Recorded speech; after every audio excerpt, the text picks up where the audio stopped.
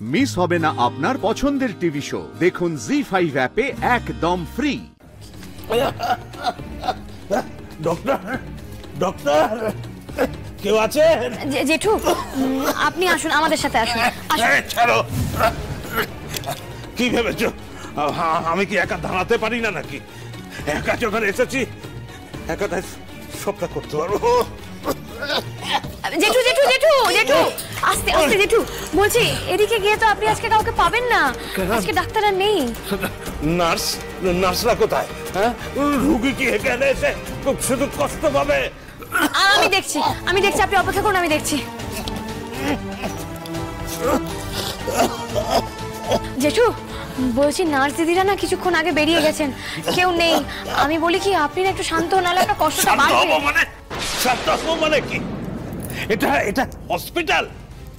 হ্যাঁ, মানুষ এখানে মরতে বসছে আর ডাক্তাররা বাড়িতে গিয়ে ঘুম দিচ্ছে। আস্তে আস্তে, আপনি এত কথা বলবেন না। কথা বললে আপনার কাশি বাড়বে। কথা বলবো নাকি? ডাক্তার নার্স হওয়া অত সোজা নয়। হ্যাঁ, এটা একটা নোবেল প্রফেশন। আপনি এত কথা বলবেন না, এই জন্যই বারণ করছিলাম। কথা বললে কাশিটা বাড়বে। আচ্ছা এই দেখুন আমার দিকে তাকান, আমিও একজন নার্স। আমি দেখছি আপনাকে যদি কিছু একটা ব্যবস্থা করা যায়। সুমনা দি, ওনাকে ধরে বিছানাতে শোয়ানোর ব্যবস্থা করো তো। আপনি আসুন, আমার সাথে আসুন। আমি দেখছি। আমি না এই নার্সিং হোমে আগে ট্রেনিং নিয়েছি, জানেন তো। আমি জানি এখানে মানে কোথায় কি আছে অল্প বিস্তর আমি জানি। আমি দেখছি, আপনি শুন। দেখি দাঁড়ান তো।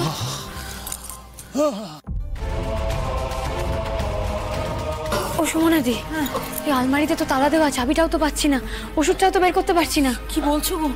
ওনার তো কষ্ট বাড়ছে, এখন কি হবে?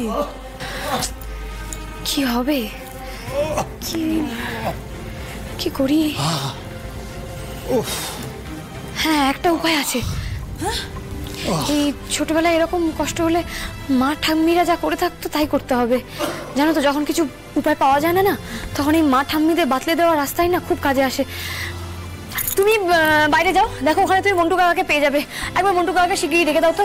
আমি এক্ষুনি যাচ্ছি, এক্ষুনি। দিদি ডাকছো? হ্যাঁ, শোনো না মন্টু কাকা, বলছি তুমি আমাকে একটু গরম তেল এনে দিতে পারবে?